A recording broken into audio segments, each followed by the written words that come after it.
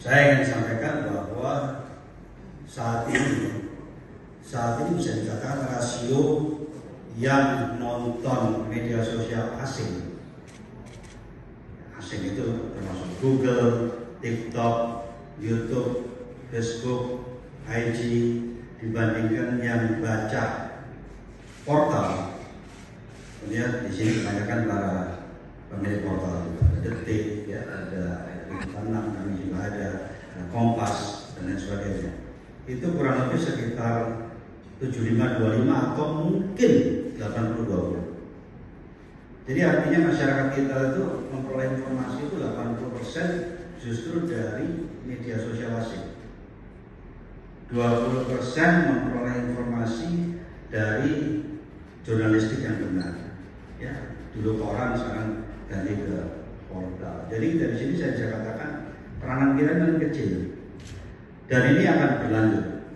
Karena masing-masing ini kan modal besar, mereka lebih efisien, jaringannya di mana-mana, dan banyak dari mereka juga mungkin nggak bayar pajak juga, karena kan iklannya programatik langsung di luar negeri. Kalau kita kan harus bayar pajak. Jadi saya lihat dari sisi jurnalistik, dari sisi informasi yang diserap publik, kita sudah makin degradasi.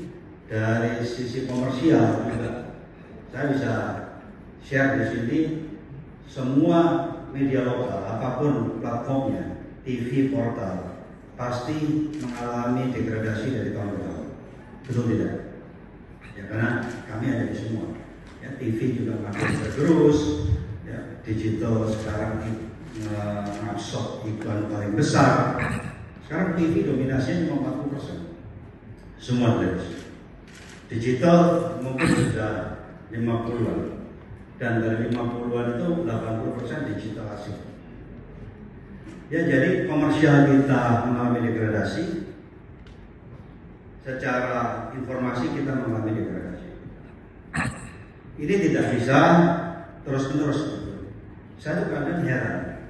Kita ini di media, kenapa kok tidak bisa kompak melawan ini? Karena solusinya regulasi. Kalau demokrasi itu artinya kebebasan dalam arti yang tidak terbatas, salah. Amerika aja yang sangat demokratis, TikTok diusir. Di Amerika itu semua media yang dominan ya media mereka sendiri. Dari mereka untuk mereka. TikTok itu sangat dominan. Jumlah monthly active usernya 170 juta. Karena sangat dominan, makanya pemerintah Amerika memutuskan TikTok untuk dinasionalisasi. Kalau mereka tidak mau, mereka diusir. China lebih ekstrim. China lebih WhatsApp saja nggak bisa dipakai di sini, ya kan? Google-nya China Baidu, Google nggak bisa dipakai di sana. Media sosial di China ya WeChat dan lain-lain. Jadi artinya apa? Diseminasi informasi kepada masyarakat itu betul-betul terarah.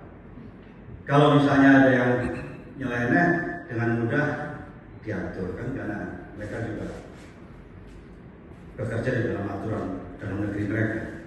Lebih mudah untuk diarahkan dan tentunya ini untuk kepentingan nasional. Saya tidak bisa, tidak perlu banyak-banyak sebetulnya. Karena solusi dari kita semua, kalau media nasional mau survive secara komersial, media nasional mau berperan di dalam pemberitaan, di dalam demokrasi nasional untuk kepentingan Indonesia, harus tegas membuat aturan memisahkan antara asing dan nasional. Dari situ nasional baru kita atur. Karena nasional sudah nyeleneh juga.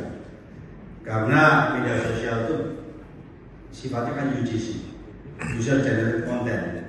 Jadi kita ini semua kalau dikumpulkan kalah sama KOL. Bener. Saya lihat KOL itu user base-nya bisa 50 juta, 60 juta. Kalau tidak salah ketik aja aktif usernya cuma 50 jutaan. Kalah sama satu orang namanya Raffi Ahmad. Ya kan, bukan saya artinya mengatakan tidak boleh. Saya ingin mengatakan ada sisi lain KOL yang diatur.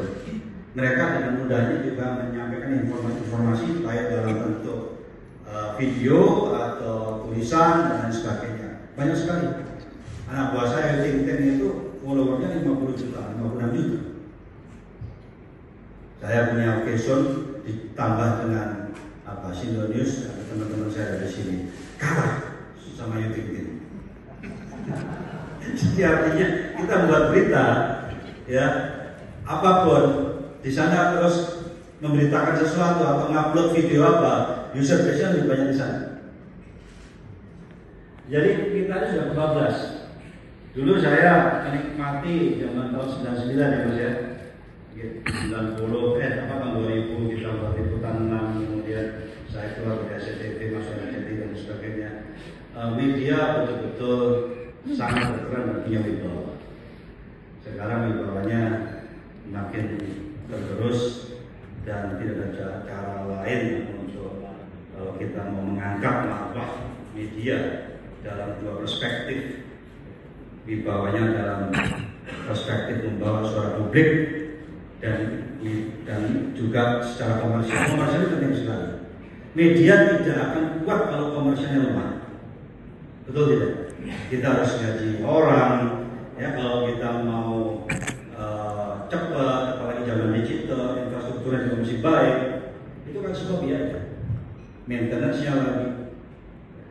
Jadi kesimpulan, sebaiknya KPI, Dewan Pers duduk libatkan kawan-kawan yang punya hati untuk membangun media ini solid lagi, media nasional. Ya, bagaimana kita membuat Pokja, kelompok kerja, ya, merumuskan hal-hal yang perlu kita sampaikan untuk menjadi aturan. Ya, bukan untuk kepentingan orang per orang, pihak per pihak, tapi untuk kepentingan.